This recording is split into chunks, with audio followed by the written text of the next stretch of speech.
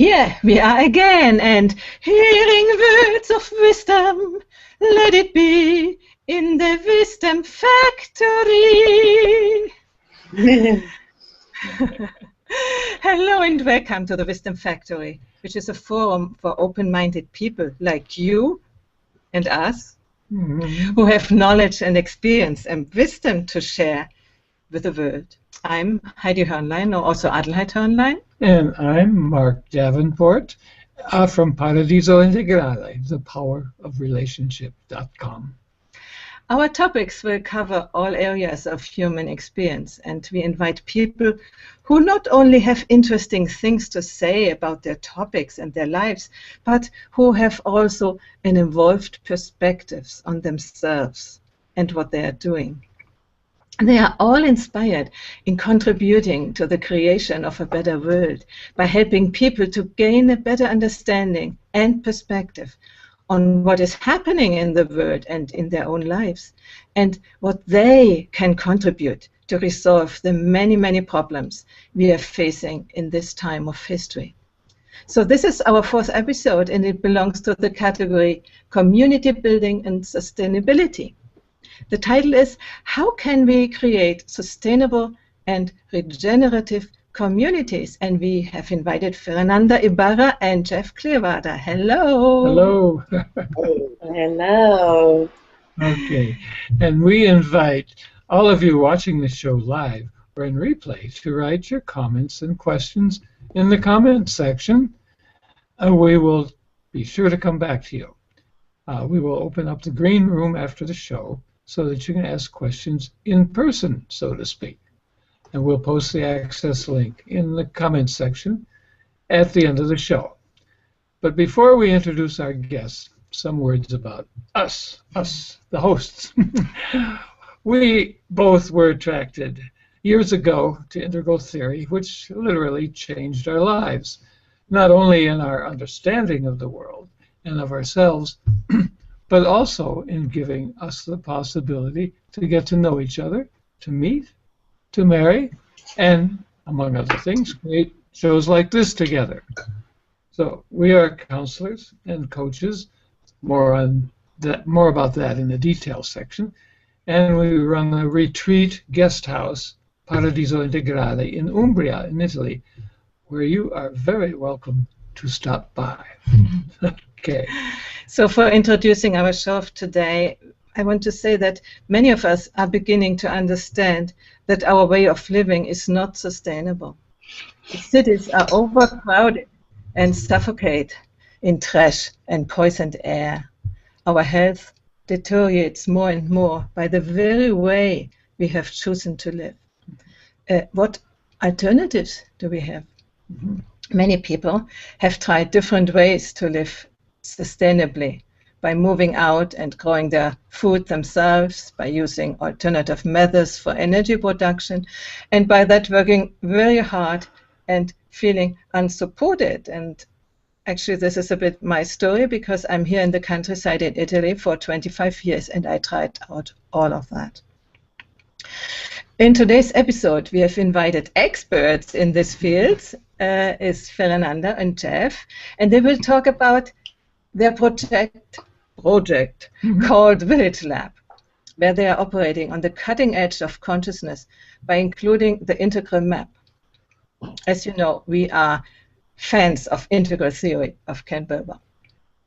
They believe that the existing and emerging sustainable and regenerative community movement represents one of the greatest sources of wealth on the planet, and they will talk about that afterwards. So now some words about Ferananda. Yes, the center of Ferananda's work is conscious evolution of social systems. Ferananda facilitates collective processes for NGOs internationally and consults in intentional community design using an integral theory model she has co-developed. Her work is directed to support the emergence of right relationships among people, with wealth, and with the planet. She is committed to bring consciousness into manifested forms by ways of next economies, integral practices, collective intelligence, and community living. And with her is Jeff Clearwater.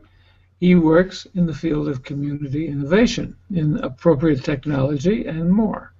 He's provided consulting, design, and installation of solar, wind, microhydro, microgrids, integrated systems, water and waste systems, and electric vehicles.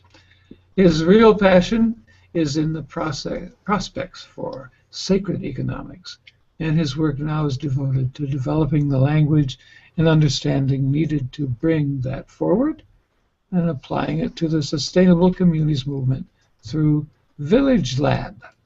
And as I heard, other projects too. So the first question to you both, what is it? Sustainable and regenerative communities. Can you say something about that?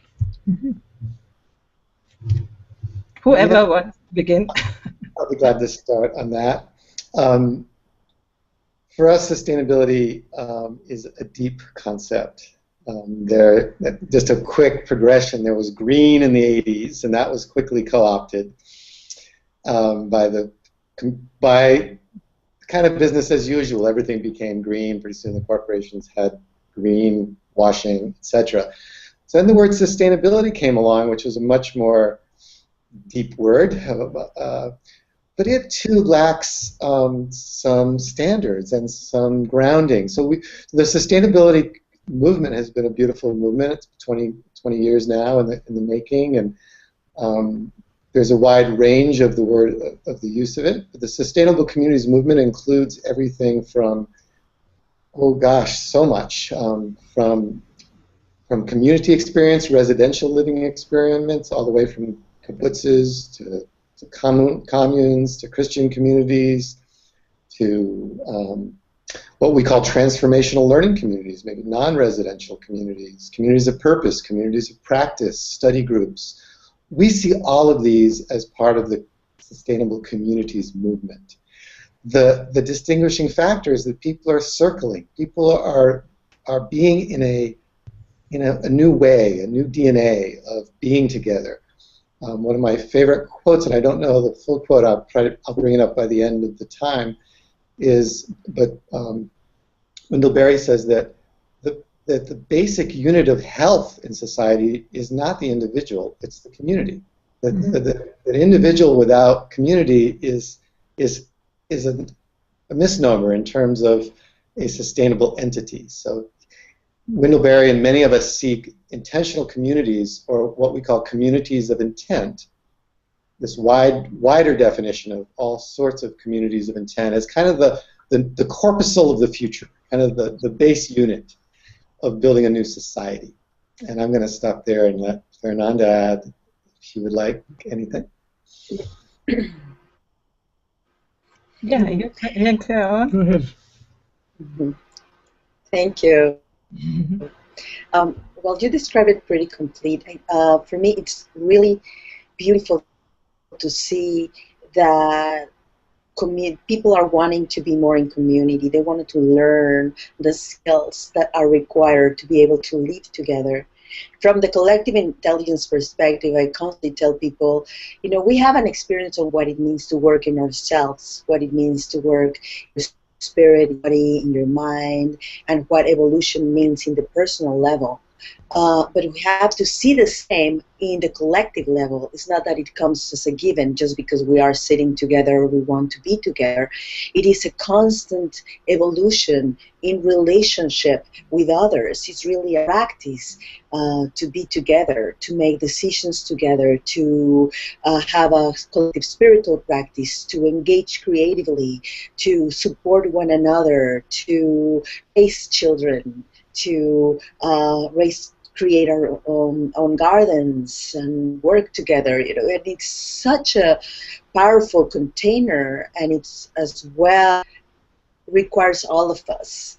I mean, not all of us like all together. All of yourself, all your strength, or your will, And there are different versions of that. You have the spec of the very committed people that are working eco-village and do homesteading. And then you have many young people, especially young people right now, creating different living arrangements for themselves and living in houses together where they also work and create maker spaces. And, they might have less time in the development of the community itself, and it's still a formation of community. So we're really honoring that wide range in Village Lab for us. Anyone that has the intention of creating something together is a community of intent. Wonderful. I would like to say something, because my experience in Germany was that in the 70s, this was a big thing. People lived together, they occupied the houses and created communities, or they went in Tuscany and went to experience the rural life and to feed themselves by their hands' work. And then it seemed to cease. And I see so many people working by themselves and not really sharing, Even, in Google Plus it's much better, but even for these shows, everybody does his own show, and hardly everybody is ready to collaborate and to share it and get the word out and so on. So what I'm interested in, how do you see that people can develop into that, or how can we inspire them to develop into sharing and living in community? It doesn't mean that they have to live nearby like this, But that's good too. Okay.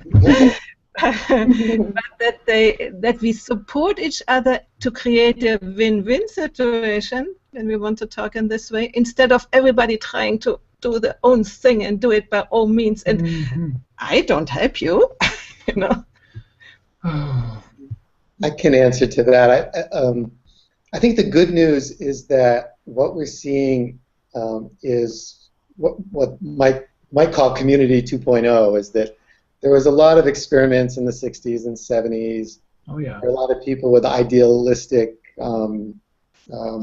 beliefs coming forward and just kind of throwing themselves together without a lot of attention to good process. And we all come from our own castles, I like to say. We were all born and raised in these individual houses and in a very individualistic society, and we haven't been taught a lot of the basic processes of sitting in circle. But the good news is that we see a wide range of people starting to use what we call process tools or collective processes that cut through a lot of those individualistic barriers.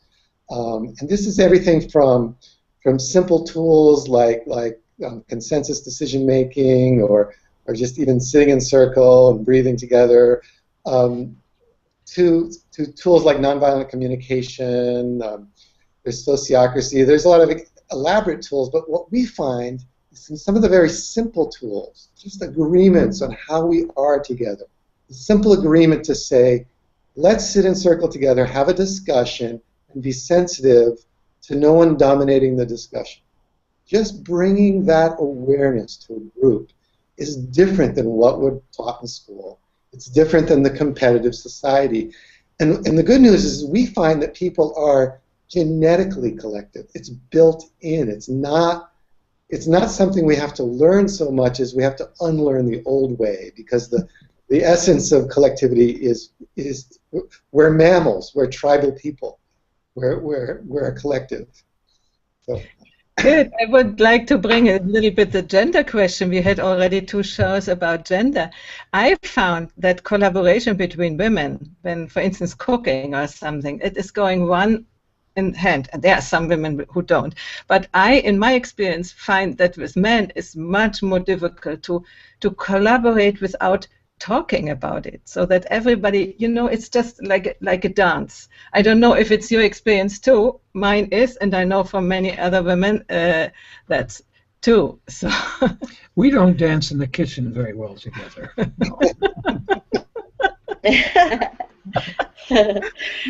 I can answer to that, and reminds comment of a friend of ours that was once in a retreat with women and men, and they separated the women and the men, and the women, they said, okay, go and relate in the way you want to relate, and the women were take each other and put their flowers in their hairs and talking and sharing stories, and the man had to go and build something, and it was like, couldn't we just sit and talk to build something together to really relate?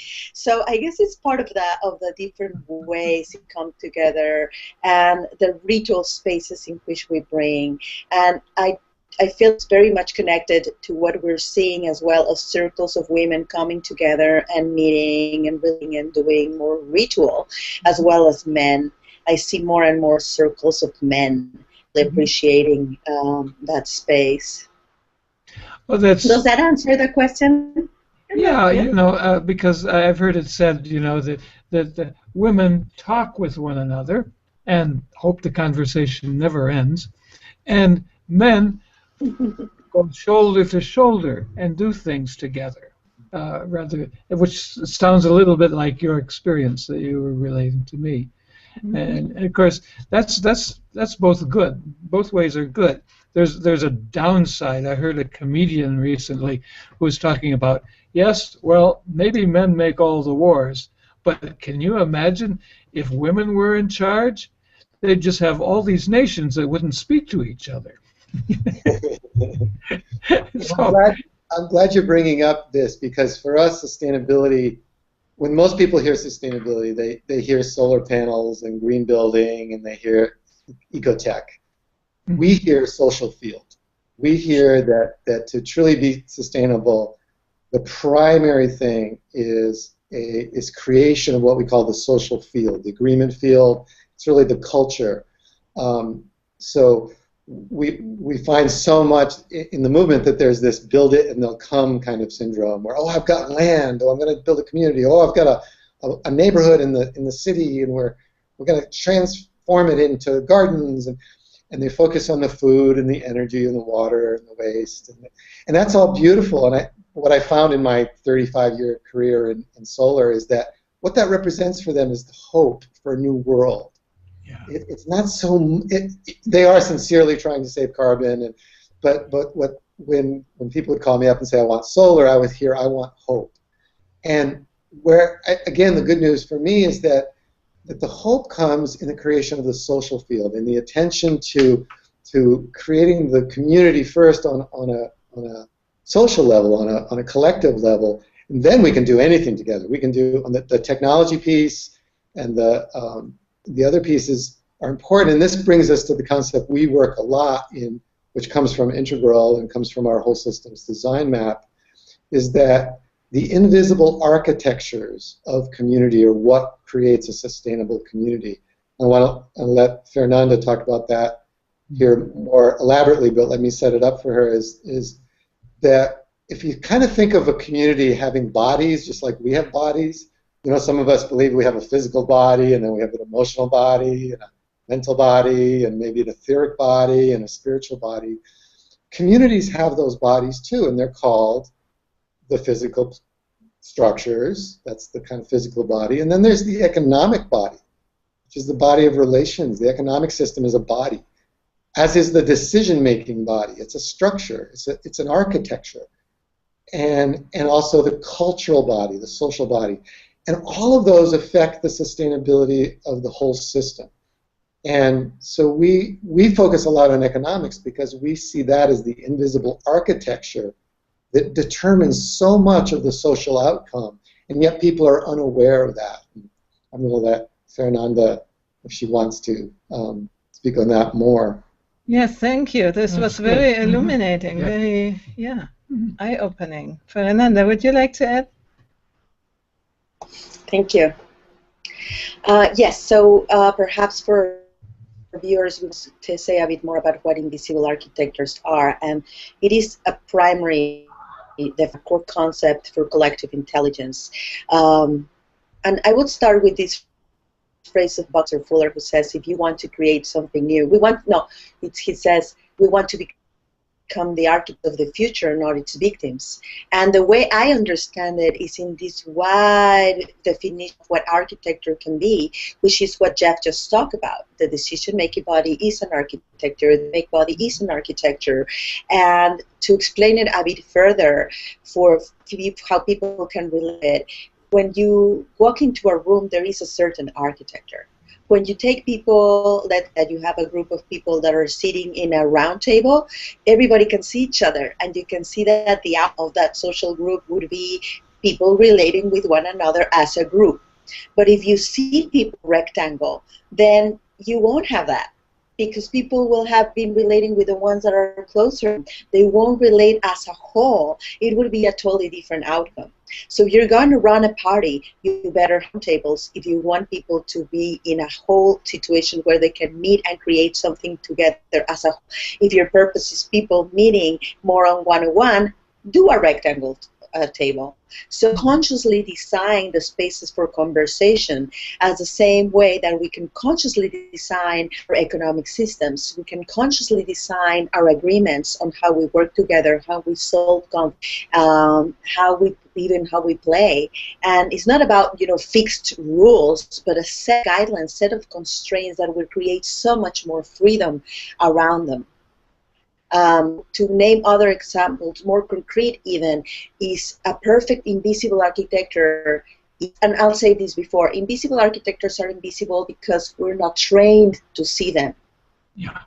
And we don't have the social technologies to see them. But once you train yourself, you can really detect them. You can go with a group of people and like that, see the architectures that they're not seeing are producing the social outcomes that maybe they don't want. They haven't been consciously designing that. Mm-hmm. So one of the biggest architectures, which we see as DNA, right? That's why I say in my TEDx is like your body and how your DNA structures and shapes who you are in your physical body, many of your qualities of self, and the same way invisible architectures is the DNA of the social organism. And it will shape the social outcomes. So take an invisible architecture of money, of language, of social agreements and social codes. Those are three big ones in the part of to become a truly sustainable community, to look at how we consciously design that. We have seen that as examples many times on how money has an impact, language has an impact. So it's not a new thing. It's just a different way of looking at it. Yeah, this is wonderful, because I think, in my experience and what I see around, almost nobody thinks about consciously constructing. They think, oh, we do that, and have good hope and goodwill and think this is enough. So I wonder, when we talk about your project, the Village Lab, how did you construct that consciously? How did you set it up? Well, it comes out of our kind of our marriage, in terms of our relationship, started from our professional relationship as well, which was seeing the immense power in Ferananda's career has been strong in the Collective Intelligence Research Institute and the Metacurrency Project, bringing sacred economics forward. In the collective intelligence processes. I've had, my world has been first in the physical sustainability realm, and then along with intentional communities and conscious communities. So basically what we saw was that people need a whole systems design map, in a sense. They need a help at making sure that they're four-quadrant whole, and I mean that both in the Ken Wilber sense, as well as the quadrants of economic, ecological, political, power sharing, and social. So we bring a design map, a whole systems design map, where our intent is to categorize things and then pull them back together with what we call whole systems design. So a lot of folks, when they think about integration, they think, oh, as long as we have this piece and that piece and that piece. But whole systems design means actually designing the pieces for each other. Back to the table. You know, the architect of the table is not just there thinking about what wood he's going to use and how cheap it's going to be and what the height is. He's thinking about, oh, should it be circular or round because I'm part of the community and I know they're going to have meetings.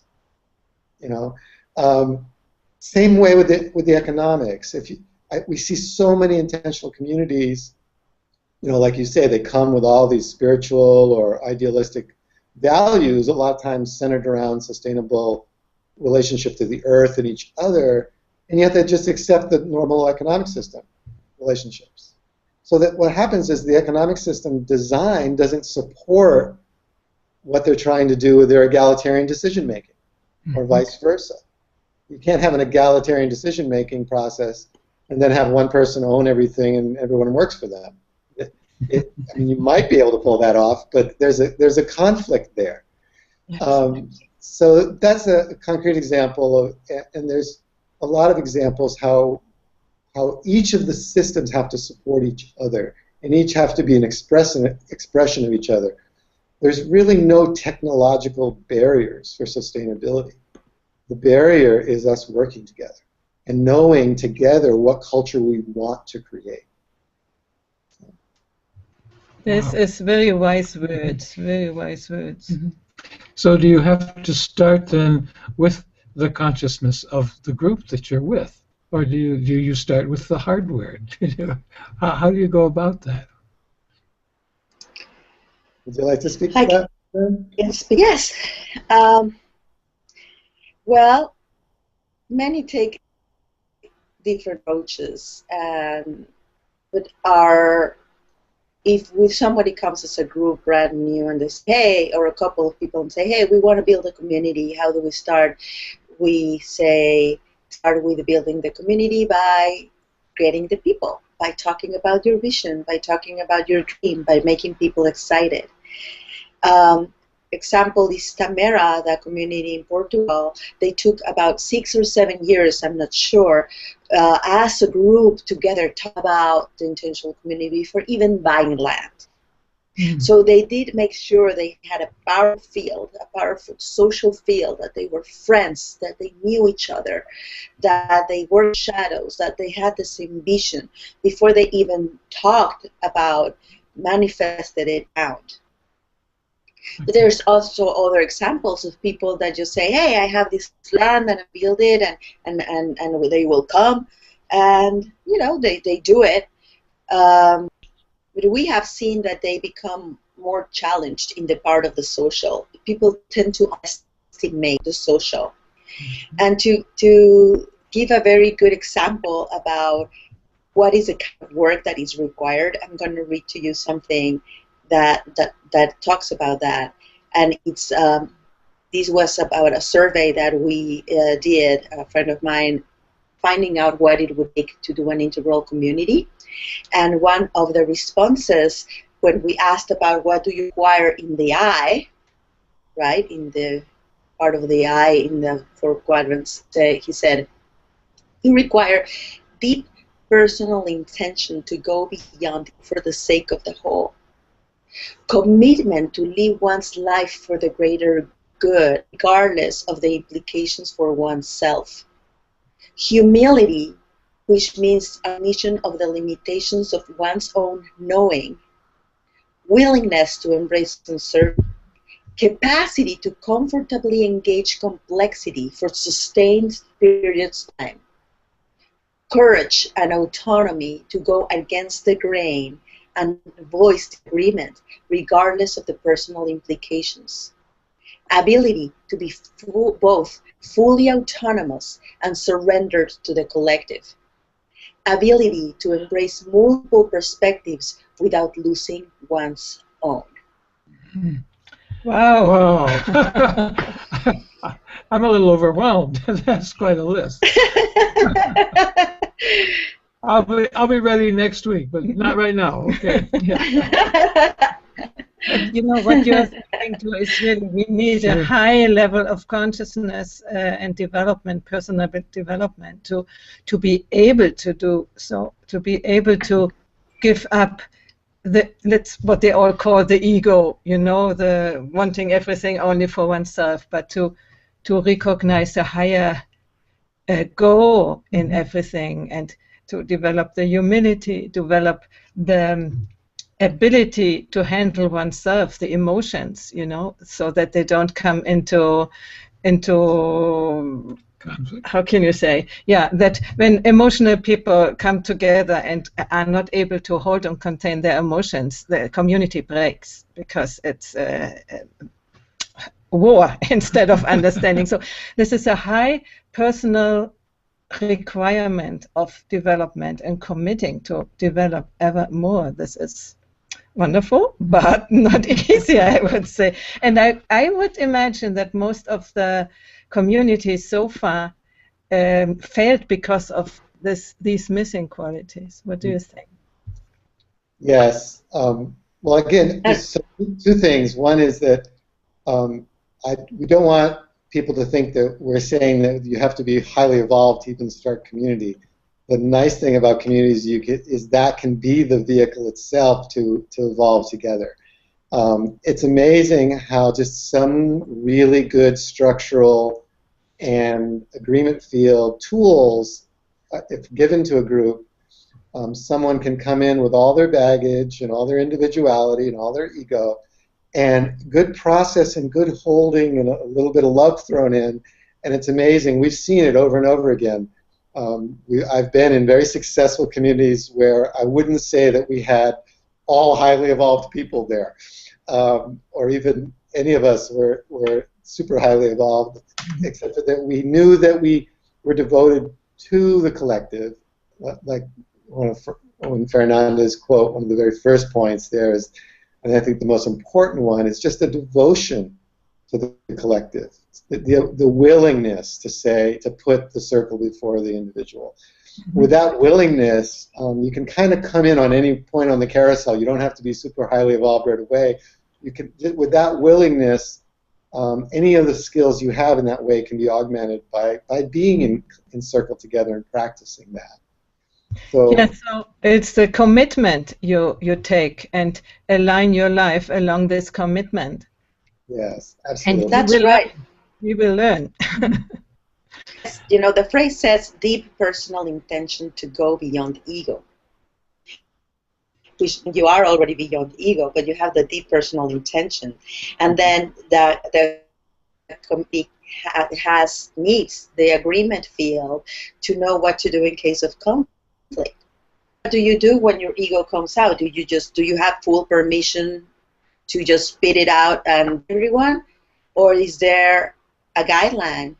Guidelines that say that you have to take responsibility for yourself, and that you have to first look within to see it was really your what's your part of the game, what was your responsibility. Good NBC, communication practices, for example, or even simple people coaches help you see shadow work that will help you instantly catch. So it's a work in progress. I don't think that many of us have evolved fully after our egos. It's just that we are committed to that path. We are committed to see ego and to embrace the ego with love and with compassion for it, because we are humans and we want to keep being humans. We want to keep incarnating is divine in us and what is profane in us, and what is make us alive and superhuman.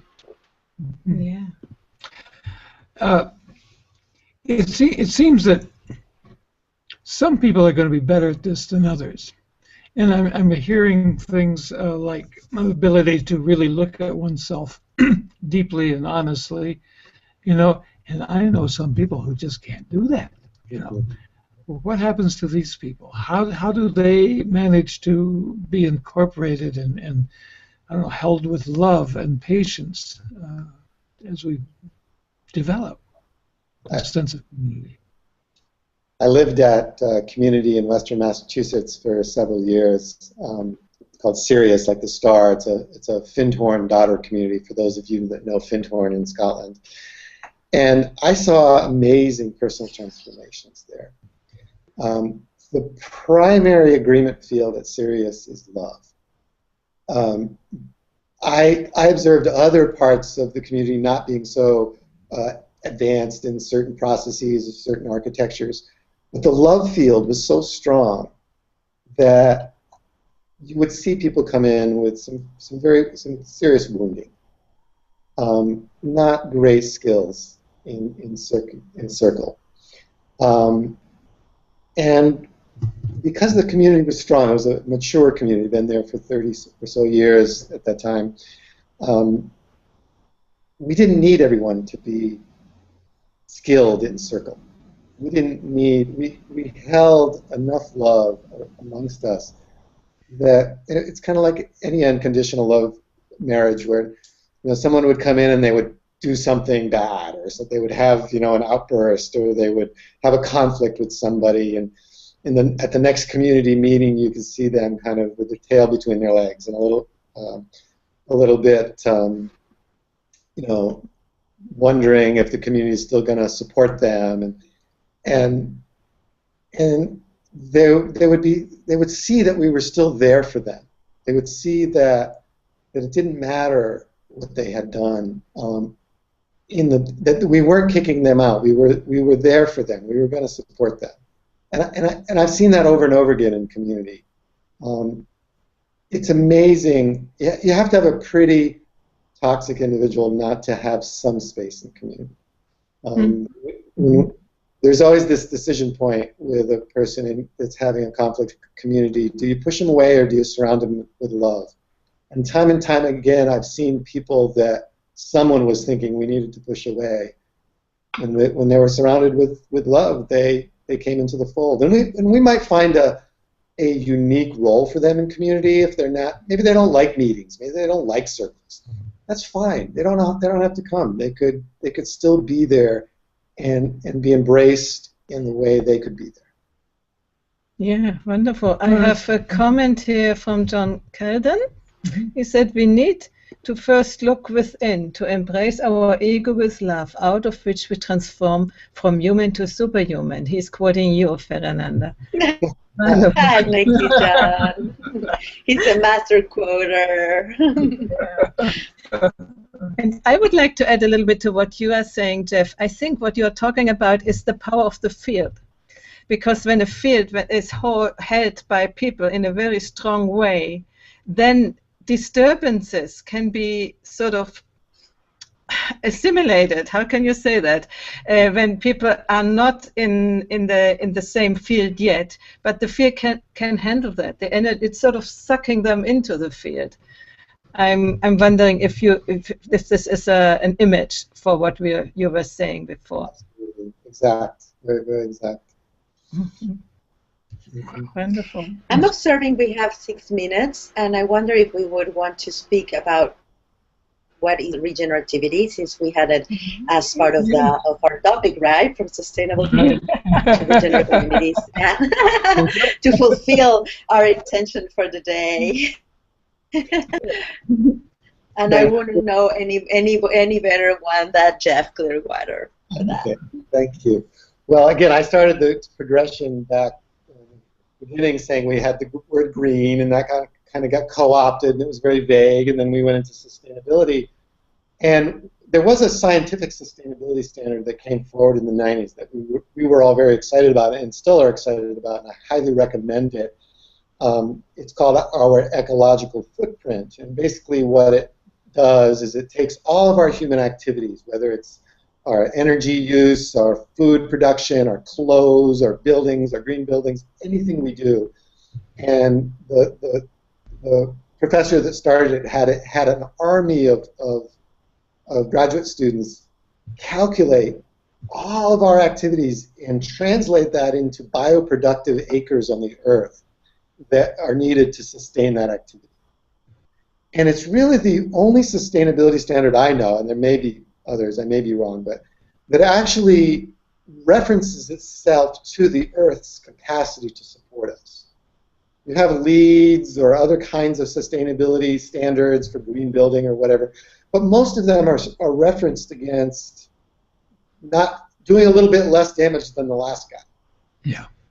And that unscientific vagueness has been co-opted as well.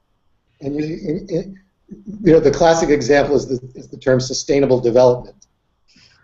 Are you focused on the development there or on the sustainable? You know, in other words, can capitalism continue to develop in the way it is and sustain that while we rape the earth? You know, I mean, so many of us have been calling for many years for scientific sustainability standards, and we wish our ecological footprint would be embraced as much as carbon has been embraced, because it really is the whole system's view of carrying capacity on the Earth. And basically, our ecological footprint says we're using 1.5 Earths now. That's a minimum from their calculations. It's probably more than that. It basically says we're not sustainable. We're already past the point, and every year we use more and more and more than the Earth can produce. What is needed, what many of us have realized, is that the only way we can define true sustainability is to show the other side of the curve. What I mean by that is, if you define sustainability as just not doing damage, Mm-hmm. then you've not understood what nature really does. Nature continually integrates. It continually increases the collective intelligence of the system. It continually increases the integrity of the system. It's always adding new relationships and new species. It grows, and it becomes more and more intelligent and more integritous. That's evidenced by 4.5 billion years of evolution, and even more if you look on a cosmic scale. So for us, there's a concept of regenerative, where not only do you not do damage to a system, but you integrate into a system such that you become one of the players in the rich mix of relationships, such that you add to the integrity of the system. You actually add to this resilience and its ability to handle stress. And that's called regenerative ability or regeneration. And I'm not saying we throw out the word sustainable, because the true definition of sustainable is a system that can regenerate itself. Yes. And by coming up with a scientific set of regeneration standards, we define where that point is of just not doing damage to actually integrating back into nature and becoming a part of a truly sustainable world. So that's our view of regeneration. This sounds wonderful, Yeah. and I'm asking myself, the viewers, what can they do to contribute to that? Mm-hmm. On a personal, well, I really like the ecological footprint, because you can do it on a personal level, you can do it on a household level, you can do it on a community, a nation, or a continent. You can do what? You can do what? You can analyze your use. You can analyze your life. You can go to websites. You can pull out the ecological footprint tool, and you can actually look at, I'm traveling this much. I'm living this kind of lifestyle, and you can get yourself a goal for where you become sustainable. You can actually see with numbers that, I could become sustainable. And I think deeper than that piece is back to my original quote from Wendell Berry, which I didn't know the quote, the concept being that community is the basic corpuscle of a sustainable future, not the individual. I mean, the individual is in terms of spiritual growth, but it's very hard to live a sustainable lifestyle on your own. Hook up with others. Get into a community of some sort, whether it's a residential community or not. If it's a community of purpose or a community of practice, support each other. That's how true sustainability is going to come about. And by bonding with people that are of like mind and like spirit and like heart, perhaps someday you can live on land together, or live in a household together, or live in a collection of households together, where you can truly support each other to be sustainable on the physical plane as well as the social plane. Wonderful. And we have here a big house. We are looking for people who are wanting to live with us. That's a goal. Yeah, really, it is, because I see that I cannot do. I was much more sustainable before when I was younger than now. I cannot do the whole work on the country anymore, and it's just no fun to do everything alone. We need even psychological support, by each other. Now I have found him. This is already a big thing, in contrary to being alone, But even in two, we can practice a lot, learning to be in two, but it is much better to learn to be together in many as a community. Mm-hmm. Thank you. Mm-hmm. Ferananda, you are, let's say, last word. Well, words of gratefulness. Words of gratefulness for you, for your intention and your energy in creating the Wisdom Factory, because these are the conditions that we need to have, and the way in which we will attract the energies, creating a sustainable future together, starts with that holding and that intention. And I see that in the social networks, and I see that in Google, and I see that there's such ways of how we connect with one another, and we do see that future that would be more good, more true, more beautiful involves how we move from our silos into community. That would be my last bite. Mark? Oh gosh, I have a takeaway, I guess. I began reading about you, and just finding out what I could online here and there.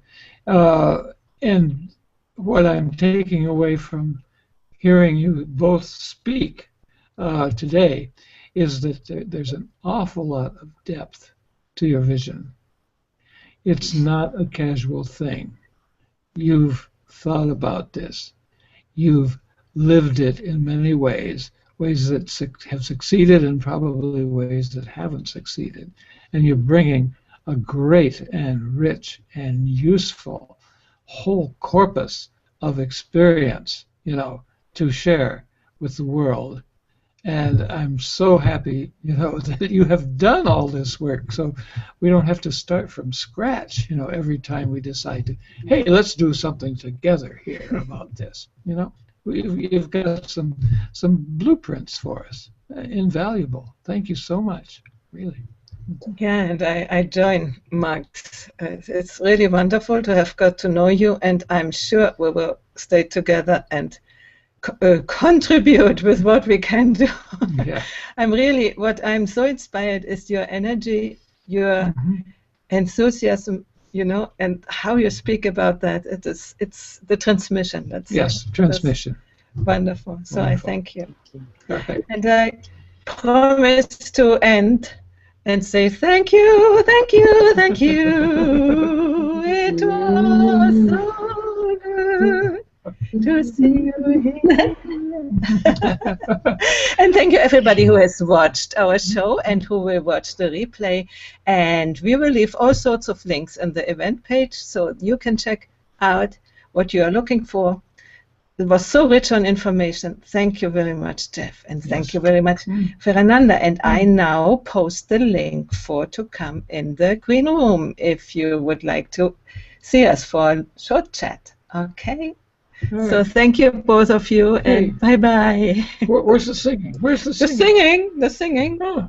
The singing. Thank you. Gracias.